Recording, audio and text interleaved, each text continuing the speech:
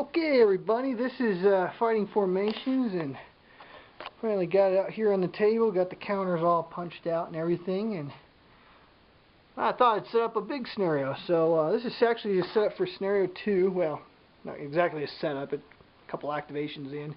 Just kind of playing through this solo, which is kind of interesting given that it has some hidden information with the sighting markers, hidden units and whatnot. But yeah, it actually is working okay. I guess I'm still able to process everything and kind of get the mechanics down and whatnot.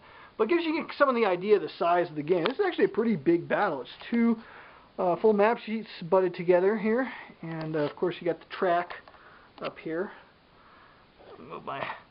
Got a high-tech line of sight. We're using a laser for a line of sight. But this is the, right there is your play track. It's got all your information. So actually markers that you can put down here on the turn track for when you got reinforcements. I don't know, I just find it easier just to put the bits right on the track itself. It's just easier for me, I think. All my command markers are there. There's the Soviet command markers. And like I said, about two activations in, and so far I'm really digging this. It's really quite cool. Just give you a rough idea how this works.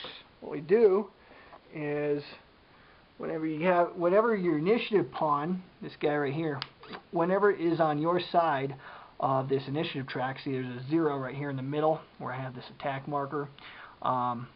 This black pawn actually doesn't come with the game. I'm just using it to mark movement points because sometimes it's easy to lose track of how many movement points you've spent when you're moving and there's op fire taking place. But whenever this initiative pawn, whenever it's on your side of the track, then you can issue orders. So what I want to do here maybe is, well, just for giggles and grins, how about if we do, say, a fire order? Okay, so I take the pawn, put it over there. Now I took it from the 2 spot. That means I'm going to move the marker 1, 2 spaces over towards my opponent's side of the board. And then I can activate my bits. Now, a couple ways I can do that. I can activate anybody I want, but I'd have to pay quite a bit of initiative for it unless they are in command. Now right now, come back over here, you see there's a command radius that each side has, and it happens that the Germans have a 3-hex radius for their command. So these little round command tokens here, these will determine your command radius. So Germans can project command from these tokens 3 hexes. So even though I can activate anybody on the board, it's expensive to do it unless they're in command. And right now I have a mission command token here, so I can activate anybody within a 3-hex radius of that token, and that'll cost an extra 0 initiative. Now at the end of the turn, it'll flip over to its tactical side, and it's going to cost me 1 initiative per piece that I select within that radius.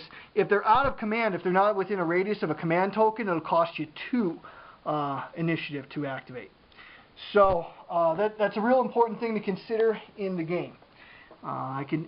These guys over here along the road, strung out along this road here, they're actually not in any command right now. They're too far away from the command token over here. But what I could do as Germans is I could take one of my available stock here, and I could take this token and I could go ahead and put it down on this guy here, and that would project command to these.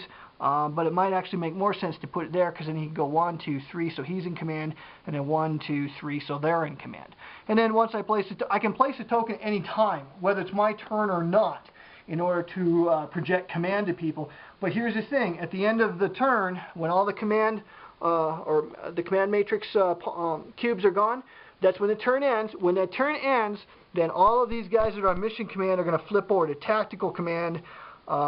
Any of those that are on tactical command already go actually into the pending command box, where they have to spend an entire turn before they recycle and become available again. So it's a really, really slick system that you're going to use for command in this game. Now in this particular instance here, just for grins, and because I have a limited amount of time I'm operating with here, let me take this marker off. It's not actually in play right now.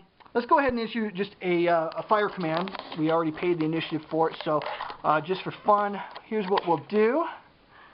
And I apologize, I don't have a tripod, so I'm having to do this one-handed here, so bear with me. Just for fun, we'll go ahead and activate this guy here. And by the way, the counters are kind of weird. Reminds me of the old SPI counters where you're going to flip them like this. face up, which is actually convenient once you get used to it, but at first it's a little awkward.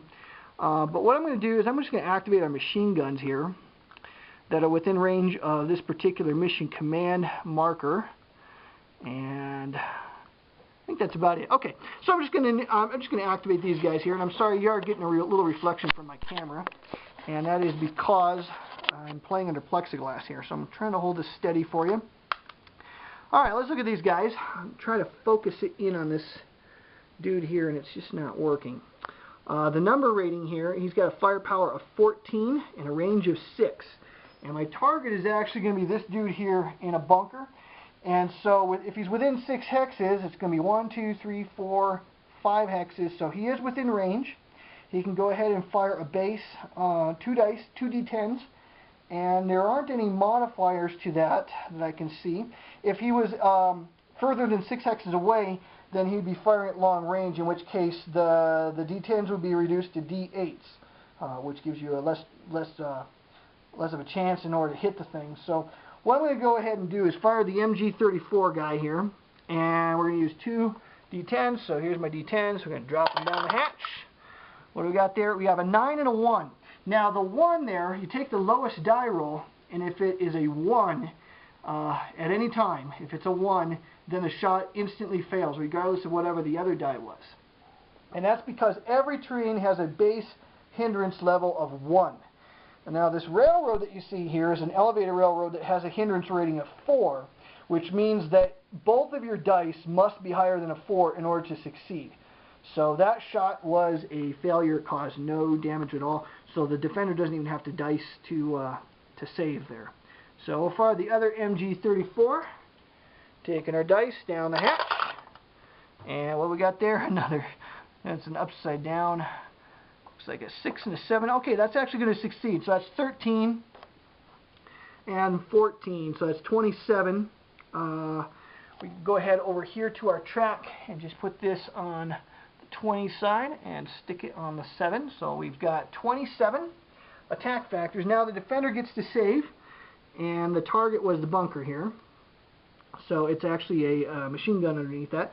He's got a morale rating of 12, and he's on a bunker that gives him an 8 cover. So his rating is 20.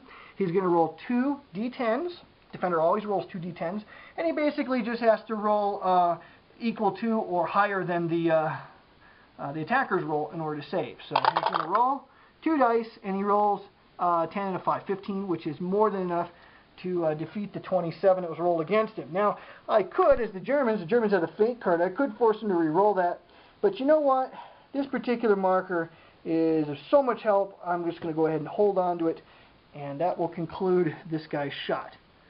So next shot is going to be the MG42, again, well within range, taking a shot, 2 d10s again, 10 and a 5, okay, 15 and 17, it's going to be 32. So we take the marker here, put it on the 20 side on the 12. So we got 32, we've marked it there. Okay. Now the defender's got to save again. Again, he's got a base defense rating of 20 plus a die roll. So if he rolls less than a 12 with the 2 d10s, then he's going to draw a hit marker. So here's a shot. He draws a 14. Now here in this particular place, it might actually be worthwhile to use the fate card. So what if we go ahead and do that? And we'll take this, flip it over, give it to the Soviets, and dice that again. And it's actually a 7 and a 1. 8 is 28. It's less than 32. So what happens here, now Soviets, well, they could give the fate card back, but you know what? They've just been given a gift here. Not sure they want to do that. It might be easy to rally. Let's just see what the hit marker is here, just for the demo purpose. So he's going to go ahead and keep the fate card and just keep that result. So he's going to draw a random marker out, and you're going to look at the infantry side. They have an infantry side to them, and then they have a vehicle side. So you look at the infantry side, and this guy here is broken. He's going to have to roll a 12 or higher in order to rally. He cannot fire, and he cannot move while in this particular state. So that's actually not a very good token for him to draw.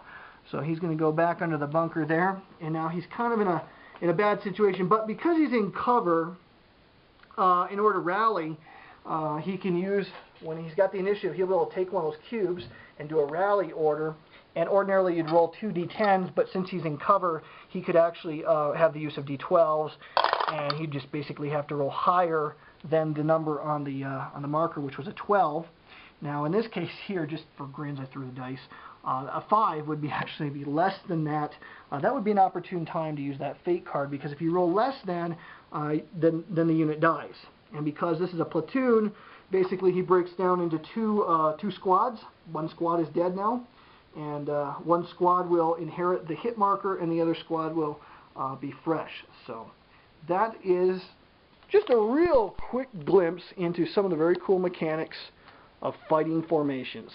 Hope you enjoyed this. We'll run a much more in-depth demo, and probably something with better cinematography than I can muster here with my poor little camera. But hopefully this will just give you a good idea of how the game works, and you know, we'll do some more of these to show some of the other cool features to this game. It's a really, really slick system. Really digging it.